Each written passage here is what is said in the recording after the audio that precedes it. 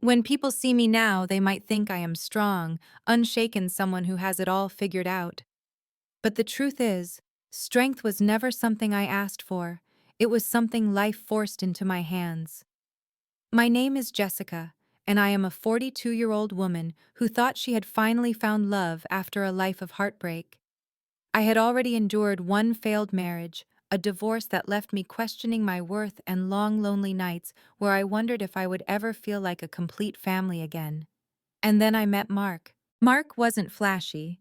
He didn't sweep me off my feet with grand gestures, but he was steady, kind, and patient. He had two children of his own, Emma 10 and Tyler 8, bright-eyed, sweet kids who adored their father. I remember the first time they hugged me, shy but curious, their little arms clinging around my waist, as if to ask silently if I would stay. And I knew I wanted to. I also had two children from my first marriage, Mason 16 and Chloe 14. They were older, guarded, already shaped by the voice of their biological father, David. David lived just 20 minutes away and saw them every other weekend. He had always been persuasive, the kind of man who used loyalty like a weapon, reminding Mason and Chloe that blood is thicker than water and that no stepfather could ever replace him. I thought I could soften those words with love, that if Mark just showed up consistently and treated them with kindness, the walls around their hearts would crumble. For a while, I convinced myself it was working. Mark included Mason and Chloe in everything: family dinners, vacation planning, even silly game nights where he let them pick the rules. He paid for their school supplies, bought their soccer cleats, drove them to practices as if they were his own. I used to watch him tie Chloe's shoelaces or help Mason with homework, and I would feel a swell of gratitude, thinking, this is what a real partner is. This is family. But family, I learned, is not always built on gratitude. Sometimes it is poisoned by resentment. The first red flag appeared 6 months after we moved in together. Mark had just come home with groceries, arms full, and he asked Mason to help him carry a few bags inside. Mason looked him dead in the eye and said, "You're not my dad. I don't have to listen to you." I froze. The words cut through the air like a blade, sharp and unapologetic. Mark's face went pale, but before he could answer, I told Mason to help anyway. He did, but with a rolling of the eyes and a slamming of the bags that made it clear his respect was not for Mark. It was only for me. I brushed it off then, told myself Mason was adjusting, told myself it was just teenage rebellion, but deep down something inside me ached, because what Mason said out loud was something I feared might always be true. It didn't get better, it got worse. Mason and Chloe began to develop a pattern of selective obedience. If I asked them to do something, they moved. If Mark did, they stared blankly, waiting for me to confirm. Sometimes they would even say, "I'll wait for Mom to tell me." It wasn't just disrespect, it was rejection, a deliberate denial of Mark's place in their lives. And then their words turned cruel. One night, Emma came to me crying. She said Mason had taken her art supplies without asking, and when she protested, he snapped back, "Your dad doesn't make the rules here. Only real parents do." I held Emma as she sobbed, my heart breaking because she was only 10 years old, and already she was learning the sting of rejection in her own home. Tyler asked me once, his big eyes filled with confusion, "Why do Mason and Chloe get to ignore Daddy? But I can't." I had no answer. How do you explain to an 8-year-old that respect in a family was divided not by love but by DNA? I spoke to Mason and Chloe, begged them to try. They nodded, apologized, muttered words they thought I wanted to hear. For a few days things would be better, but always the pattern returned. They did not see Mark as a father figure, no matter how much he gave, no matter how much he cared. David, of course, didn't help. I could feel his presence even when he wasn't there, whispering into their minds, "Loyalty to your real dad. Don't let anyone replace him." His shadow sat at our dinner table, stood in our living room, lingered in Mason's smirk and Chloe's silence. And then came the night that broke everything. It was a Thursday evening in February. Mark came home late, exhausted from work, only to find Tyler sobbing in his bedroom. When he asked what happened, Tyler said Mason had broken his favorite toy, a model airplane he and Mark had built together. When Tyler cried, Mason sneered, "Tell your dad to buy you a new one. That's all he's good for anyway." Mark found Mason in the living room controller and his hand video games flashing across the screen. He confronted him calm but firm, asking about the broken airplane. Mason didn't even look up. "I don't know what you're talking about." When pressed, he shrugged and said, "Accidents happen." But Tyler had seen it. Mason had thrown it against the wall in anger. And when Mark demanded an explanation, Mason's words froze me where I stood. "You're not my dad. I don't have to explain anything to you. You're just Mom's husband. You don't make my rules. I don't answer to you." I watched Mark's face crumble. He didn't yell. He didn't fight. Something inside him just shifted. Later, he told me it wasn't anger he felt, but clarity, cold, sharp clarity. Mason had drawn a line in the sand, and Mark finally believed it. That night, I found Mark in his office laptop, open papers scattered. He was making lists, everything in the house under his name, everything he paid for the mortgage, utilities, phones, internet, even the gaming console Mason had been playing on. His jaw was set, his eyes unblinking as he made call after call, cutting Mason and Chloe out of every privilege they had taken for granted. When I asked what he was doing, his voice was calm, almost frighteningly so. "Mason made it clear I'm not his parent, so I'm making sure he doesn't have to accept anything from someone who isn't his parent." My heart sank, fear knotted my stomach. "Mark, what did you do?" "I removed their phone lines. Internet and cable get shut off tomorrow, their things will be packed, and I'll need David's address because they'll be staying with him." I stared at him speechless. The man who had given everything to my children had reached his breaking point, and I couldn't even argue because part of me knew Mason had driven him here. The next day, Mark followed through. He packed their belongings, changed the locks, and when Mason and Chloe came home with me, they couldn't even open the door. David arrived soon after, and for the first time, Mason looked uncertain. He asked, "You're really going to make us leave?" Mark's voice was steady, almost gentle. "You told me I have no authority. You were right. But authority and responsibility go together. If I have no authority, I have no responsibility. You'll stay with your dad. He's your parent. I'm just your mom's husband, remember?" Chloe's tears broke me, but Mark didn't waver. He loaded their things into David's car, and as they drove away, I felt something inside me collapse. My marriage, my family, my children's innocence, it all hung in the balance of that moment. The silence in our home after Mason and Chloe left was suffocating. The rooms felt too big, the walls echoing with absence. Their laughter, their arguments, even their slammed doors, everything that once irritated me now haunted me. I would walk past their empty bedrooms at night, my hand resting on the doorknob, my chest tight with guilt. The beds were made, the posters still on the walls, but the life inside them was gone. Emma and Tyler adjusted quickly. Maybe too quickly. Emma seemed lighter, freer, as though a shadow had lifted from her small shoulders. She no longer had to fight for Mark's attention or beg for kindness from Mason. Tyler, too, seemed more relaxed, though his eyes sometimes darted toward the door, half expecting Mason to barge in and mock him again. Their peace was proof of how toxic things had become. And yet, instead of comfort, their relief only deepened my sorrow. What kind of mother was I, if my children's absence was another child's blessing? Mark carried himself with the quiet resolve of a man who had made a hard decision and would not look back. He did not gloat. He did not lash out. But he also did not soften.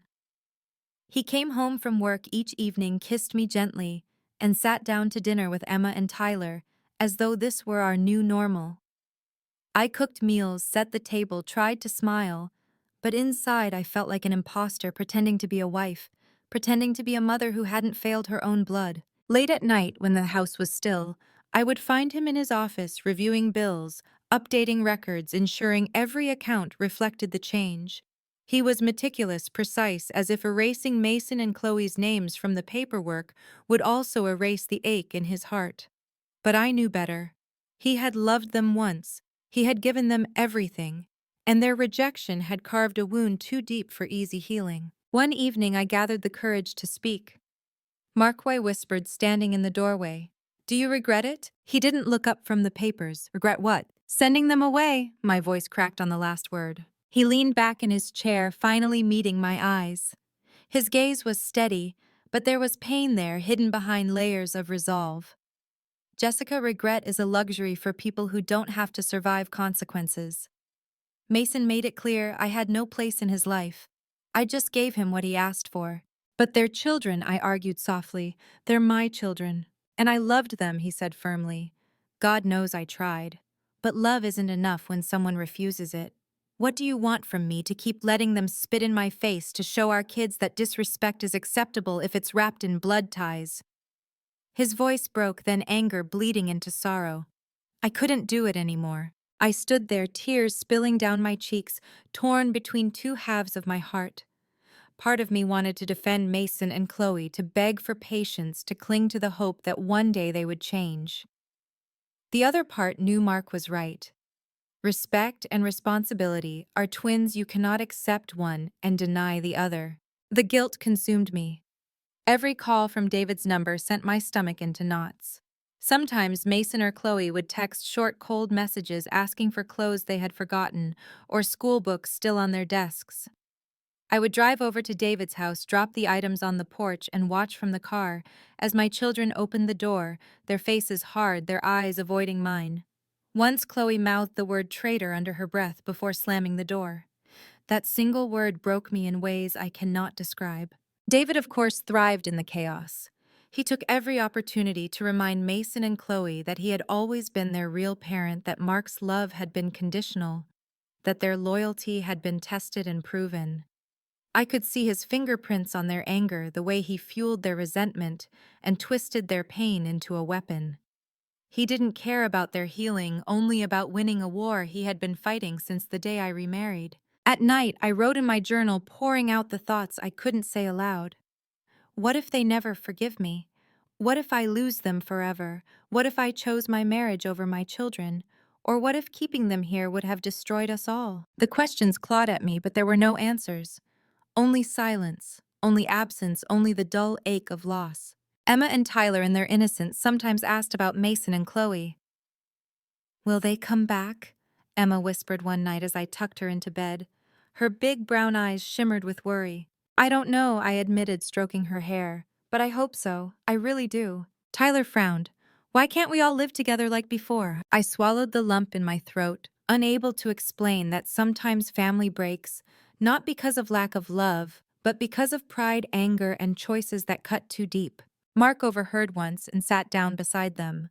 His voice was gentle, steady. "Kids, sometimes people think being family means you don't have to earn respect. But respect is what makes family work. Without it, love doesn't survive." I watched my children nod their young minds, trying to grasp lessons too heavy for their age. And I wondered if they would carry those words as wisdom or as scars. Weeks turned into months. Birthdays passed, holidays slipped by. Mason and Chloe remained with David, their contact with me dwindling into silence. I sent messages, left voicemails, mailed gifts that were never acknowledged. Each attempt felt like tossing pebbles into a well so deep the sound never reached the bottom. Mark stood by me, steady as a stone, but between us lay a quiet distance. He never blamed me outright, never accused me of failing, but I felt his unspoken thoughts. "If you had taught them differently, maybe they would have stayed. If you had chosen me earlier, maybe I wouldn't have had to make this choice for us." His silence spoke louder than words, and it gnawed at my soul. And then came the first real confrontation. It was summer when Mason showed up at our doorstep, taller, broader, his voice deeper with age. He didn't come inside. He stood on the porch, arms crossed, his face hardened. "I just came to get the rest of my things," he said flatly. I rushed forward, my hands trembling, my heart leaping at the sight of my son. "Mason, please come in, have dinner, let's talk." "No," he cut me off. His eyes burned into mine. "You chose him over us. Don't pretend you didn't. Dad was right, you'll always put your husband first." The words pierced me. I opened my mouth to deny it, but the truth lodged in my throat. Because in a way, he was right. I had chosen peace in my home, chosen my marriage, chosen survival over endless conflict. And my children had paid the price. Mark appeared behind me, his presence strong, protective. "Mason," he said calmly, "you don't get to come here and disrespect your mother." Mason's laugh was bitter. "You don't get to tell me anything, you never did." The tension crackled like a storm ready to break. I stood between them, my body trembling, my soul torn. My son and my husband, two pillars of my life, stood on opposite sides of a chasm I had no bridge for. That night after Mason left with his boxes, I sat alone in the dark, my tears soaking into the couch cushions. The truth hit me with brutal force. There was no winning in this story. Only survival. Only endurance. Only the hope that time might heal what pride and anger had destroyed. When Mason walked away that summer night, his boxes piled high in David's trunk, I thought I might never see the boy I raised again. The slam of that car door echoed in my chest like a final verdict one I hadn't been prepared to face. For weeks afterward, I moved through the house in a fog, setting 4 places at the dinner table out of habit, only to put the extra plates back in the cupboard with trembling hands. Life under David's roof wasn't what Mason and Chloe had imagined. At first, they clung to the illusion of freedom. No chores from Mark, no rules they didn't recognize, no man to boss them around in their own home. David welcomed them with open arms, his smile full of pride, his words dripping with satisfaction. "See, I told you," he said often, as if victory were more important than their peace. But David was not the man they thought he was either. Mason had always seen his father as a figure of strength, the one who had been wronged in the divorce. Chloe clung to him as the parent who never demanded too much, yet living with him full-time stripped away the shine. David worked long hours, often leaving them alone late into the night. Dinner was takeout more nights than not, and when the fridge was empty, they fended for themselves. The laughter of game nights, the steady meals at a family table, the patient homework help Mark once gave, they were gone. In their place was silence, broken only by the hum of the television and the tapping of Mason's restless fingers on his phone. It didn't take long for the small cracks to show. Chloe once told Emma during a rare phone call, her voice hushed, "Dad doesn't check my grades. He doesn't even know what classes I'm taking." Emma, too young to grasp the weight, only frowned and said, "Daddy Mark helps me with math every night." Chloe fell silent. Mason tried to hold on to the image of loyalty, but even he couldn't ignore the difference. When he asked David for money to join a school trip, David laughed and said, "Ask your mom. She's got a husband now who can afford it." Mason's jaw tightened, but he said nothing. He didn't tell Chloe that he missed the days when Mark would quietly slide the permission slip onto the counter, already signed, already paid for, without making him beg. Meanwhile, I lived caught between two worlds. Emma and Tyler blossomed in the peace of our quieter home, but every time I saw their joy, guilt gnawed at me. At night, I replayed Mason's bitter words over and over. "You chose him over us." And maybe I had. Or maybe I had simply chosen survival. Still, the question weighed on me. Was survival worth the price of losing my children? One afternoon, Chloe showed up at the cottage. She was thinner, her eyes rimmed with dark circles.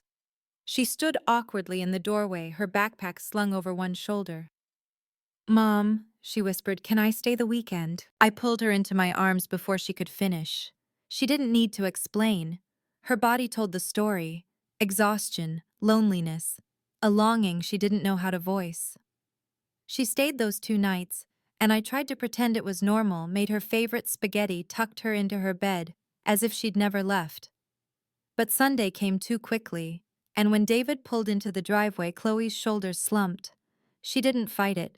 She just kissed me softly on the cheek and walked back to his car without a word. Mason was harder. He avoided me, avoided the house, avoided even Emma and Tyler when they tried to reach out. His pride was a fortress taller than anything I could climb. I sent texts. "I love you, Mason. Dinner is ready if you want to come by. I miss you." But the replies when they came were blunt. "I'm fine. Don't worry about me." But I did worry every moment. Mark said little about it, but I could feel his distance. He was polite, kind, present for Emma and Tyler, but with me he was quieter, as though words might reopen wounds we were both trying to hide. Sometimes I caught him looking at the empty chairs at the table, his jaw tight, his eyes unreadable. I wanted to tell him that I still grieved, that I still hoped for reconciliation, but the silence between us grew thicker each day. Then one late autumn evening the phone rang. It was Mason. My heart leapt so violently I almost dropped the receiver. "Mom," he said, his voice low, hesitant, "can I come over?" "Of course," I whispered, almost breathless. "Of course, Mason. Come home." When he arrived, he stood in the doorway much like Chloe had months before, taller now, older but fragile in ways he couldn't disguise. His eyes darted around the familiar rooms, his shoulders tense. He didn't hug me, but he didn't turn away when I reached for him either. Over dinner, he barely spoke, pushing food around his plate. But when Emma chattered about school and Tyler laughed about something silly, I caught Mason's gaze soften just for a moment. He looked at them with a flicker of something longing, maybe, or regret. Later that night, when the younger kids were in bed, he finally spoke. Dad, he's not who I thought. My heart ached. Mason, honey, he held up a hand. I'm not saying I forgive Mark. I don't. But Dad doesn't care. Not really. He says he does, but he doesn't show up. He doesn't even notice when Chloe cries. His voice cracked, and in that instant, I saw my boy again, the one who used to crawl into my lap when nightmares chased him. I reached for his hand, but he pulled away, his walls snapping back into place. I just wanted you to know. Don't, don't think this changes anything. I just needed a break. He left the next morning without saying goodbye, but I held on to the sliver of hope in his words. Maybe the fortress had cracks after all. As weeks turned into months, Chloe's visits became more frequent. She lingered longer, each time her eyes lighting up when Mark helped Emma with homework or when Tyler begged for a board game. I saw the conflict in her face, the pull between loyalty to her father and the warmth of a home where she felt seen. She never spoke of it directly, but her tears when she left told me everything. Mark remained steady. He never pushed, never gloated when Chloe returned, never demanded Mason's presence. But I could see the quiet ache in him, too. Sometimes late at night, I would find him staring at the family photo on the mantel, the last one taken before everything fractured. He would trace the faces with his eyes, his lips pressed into a thin line. And I wondered if he too prayed for healing, even if he no longer believed it possible. The real turning point came unexpectedly. Emma had a school recital, and for the first time in months, Mason and Chloe both showed up. They sat in the back row with David, their expressions unreadable. But when Emma spotted them, her face lit up. She sang louder, stronger, her little body practically glowing with pride. Afterward, she ran into their arms, hugging them tightly. Mason's hands trembled as he hugged her back. For a brief moment, I sought the possibility of family, not perfect, not whole, but mending. But possibility is fragile. And betrayal once sown is not so easily uprooted. The night after Emma's recital, I couldn't sleep. My mind replayed the sight of Mason and Chloe hugging their little sister, the flicker of softness on Mason's face, the way Chloe lingered near Mark without saying a word. It was hope, yes, but it was also fragile, like glass that could shatter with the slightest pressure. I lay awake listening to the rhythm of Mark's breathing beside me, wondering if he too had seen that glimmer, or if his heart was too scarred to believe in it anymore. The following weekend, Mason came by again. It was late, nearly dusk, and the air was heavy with the chill of winter. He didn't knock, just stood on the porch until Emma spotted him and flung the door open. Mason, she cried, wrapping her arms around his waist. He patted her shoulder awkwardly, but his eyes stayed on me. Can I talk to you and to Mark? He asked, his voice low but steady. I nodded, though my stomach tightened. We sat in the living room, the fire crackling softly, shadows dancing on the walls. Mason sat on the edge of the couch, his hands clasped so tightly his knuckles were white. Mark leaned against the mantel arms, crossed, his expression unreadable. For a long time, no one spoke. The silence pressed down until finally Mason broke it.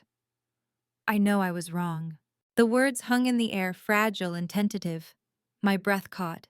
Mark's eyes flickered, but his face remained hard. Mason swallowed, his voice shaking. I know I said things I shouldn't have. I know I hurt you. And I know Dad isn't what I thought he was. He doesn't care, not really. He lets us do whatever we want, but he doesn't see us. Not the way you did. His eyes darted toward Mark, then quickly away. I reached for his hand, tears stinging my eyes. Mason, honey. But before I could say more, his tone hardened, anger flaring in his eyes. But you didn't have to throw us out like trash. You didn't have to pack our things, change the locks, and act like we didn't matter. His voice rose, breaking against the walls of the room. You said you loved us, but love doesn't just disappear when it's hard. You gave up on us. The words sliced through me sharper than any blade. I opened my mouth to protest, but Mason's gaze was locked on Mark, now his anger spilling like fire. You think you're better than Dad because you bought us shoes and paid for the internet. That doesn't make you our father. That doesn't erase the fact that when we needed patience, you gave us punishment. When we tested you, you walked away. You think we'll ever forget that? Mark's jaw tightened, his arms uncrossing slowly. For the first time, he stepped forward, his voice low but firm. You think it was easy for me, Mason? You think I didn't fight every day to earn your respect? I loved you like my own, and every time I showed up, you spat in my face. Respect isn't given just because of blood, it's earned. And I earned nothing from you but contempt. Mason's hands trembled. Because you were never my dad, he shouted, the words breaking into a sob at the edges. And yet Mark replied, his voice cracking now too. I was the one who was here. I was the one who paid the bills, who tied your sister's shoes, who stayed up with Tyler when he had nightmares. Your dad might be your blood Mason, but I was the one who showed up. And you threw it back at me every single time. The room pulsed with silence, heavy and raw. I sat frozen between them, my heart splitting in two. Mason's face crumpled, his anger colliding with pain, his pride battling the boy inside him who had once needed a father so badly. You didn't have to give up on me, Mason whispered finally, his voice breaking. His eyes glistened with tears he refused to let fall. You could have kept trying. Mark's shoulders sagged, his strength draining. For the first time, he looked less like a man defending himself and more like one carrying unbearable weight. Mason, he said softly, you can't demand loyalty while you're handing me rejection. I didn't give up. I let go. There's a difference. I let go because the harder I held on, the more you pushed away. And I didn't want to become someone you hated more than you already did. The words broke something in me. Tears streamed down my cheeks as I looked at my son, at my husband, at the chasm carved between them, both hurt, both betrayed, both convinced the other had abandoned him. And I stood in the middle, helpless, torn, bleeding from wounds I couldn't mend. Mason rose abruptly, pacing the room. I don't know why I came. I thought maybe... His voice faltered. His hands clenched at his sides. Forget it. He turned toward the door, but Chloe appeared there, her eyes wide, her face pale. She must have been listening all along. Mason, she whispered. Don't. He froze, his back stiff. Chloe's gaze flicked between him and Mark, her voice trembling. We can't keep doing this. I'm tired, Mason. Tired of choosing sides. Tired of pretending Dad cares when he doesn't. Tired of hating people who actually loved us. Her voice cracked on the last words, tears spilling down her cheeks. Mason's breath hitched, his walls cracking at the sight of his sister's pain. He turned slowly, his face raw, his eyes red. For a moment I thought he might finally crumble, might finally let the anger go. But instead he shook his head, his voice a whisper. I can't. And then he was gone, the door slamming behind him, leaving the rest of us in silence, the echo of his pain lingering in every corner of the house. That night I held Chloe as she sobbed, her small body trembling against mine. Mark sat across the room, his face buried in his hands. Emma and Tyler watched quietly from the stairs, their young faces etched with fear and confusion. Our home, once filled with laughter, now felt like a battlefield, its walls scarred by words we could never take back. I lay awake long into the night, staring at the ceiling, wondering if Mason would ever come back, not just to the house, but to us, to me. And if he did, whether it would be with forgiveness or with wounds too deep to ever heal. The days after Mason stormed out were some of the hardest of my life.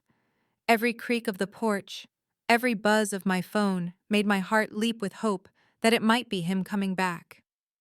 But silence stretched on, heavy and unrelenting, and I carried the weight of his absence like an anchor tied to my chest. Chloe stayed with us more often now, but her eyes carried guilt each time she walked through the door, as if she were betraying her brother by choosing peace. Mark and I moved through the motions of family life, caring for Emma and Tyler, paying bills, cooking meals, pretending that everything was normal. But beneath the surface, there was a wound that wouldn't close. Every time I caught Mark staring at the mantel at the family photo with Mason's young smile frozen in time, my heart cracked all over again. One evening, weeks later, the phone rang. It was Mason. My breath caught and my hands trembled as I answered. His voice was rough, quiet, almost broken. "Mom," he whispered. "Can I come over?" I didn't hesitate. Yes, always yes. When he arrived, it was late. The air was cold frost gathering on the windows. He stood in the doorway, his shoulders hunched, his eyes shadowed. He looked older, weary, as if he had lived years in just a few weeks. Chloe rushed to him, hugging him fiercely, her tears wetting his jacket. Mason's arms lifted slowly, almost reluctantly, before he hugged her back. Mark stayed in the living room, tense, waiting. I led Mason inside, my heart pounding in my ears. For a long moment, no one spoke. The air was thick, fragile, and then Mason broke the silence. "I was wrong," he said, his voice trembling. His eyes darted to Mark, then away, then back again.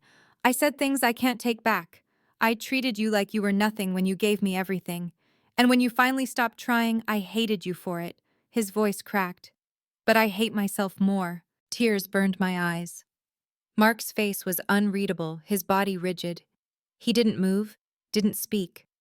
I held my breath, praying he would say something, anything. Mason's words poured out in a rush, raw and unfiltered. "Dad doesn't care. Not like you did. He doesn't show up, he doesn't ask, he doesn't notice. I thought loyalty was everything, but what's loyalty worth when the person you give it to doesn't even see you?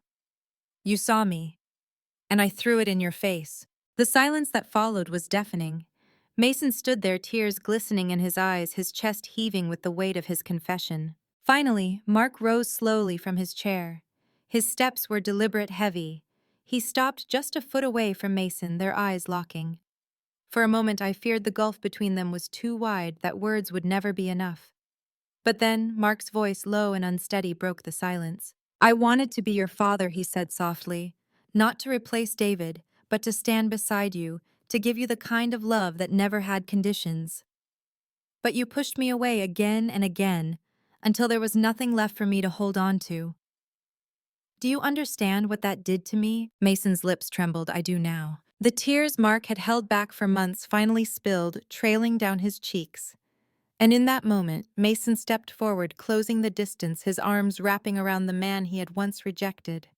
Mark stiffened at first, as if unsure, but then he broke his arms, tightening around Mason with a force that spoke of years of love and months of pain. I sobbed quietly, my hands covering my mouth as Chloe clung to me, her own tears streaming.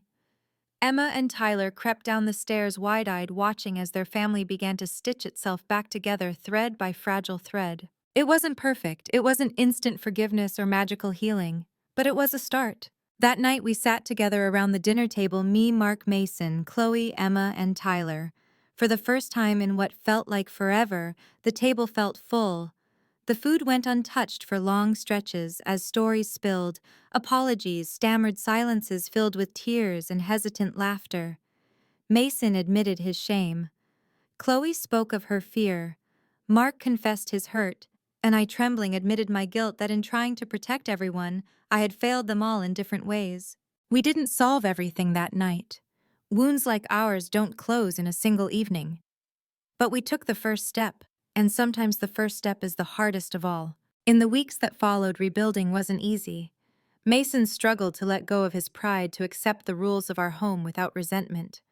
Mark had to learn to trust again, to believe that Mason's respect could be real this time.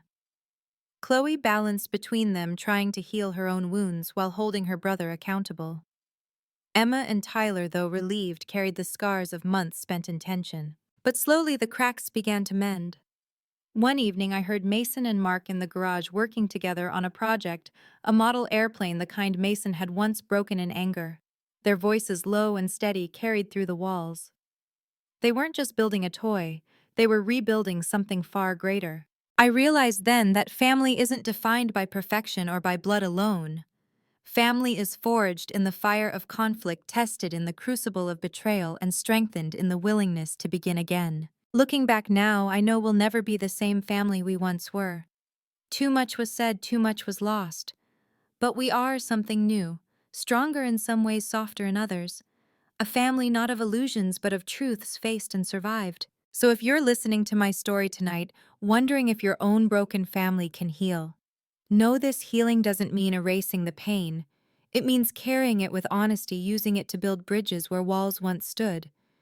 It means forgiving not because the past is forgotten, but because the future is still worth fighting for. If my story touched you, if it reminded you of your own battles with love betrayal and the fragile bonds of family, please like this video, share it, so others may find hope. Subscribe for more stories like this and leave a comment below. Tell me your story. Tell me how you survived, because in sharing, we find strength.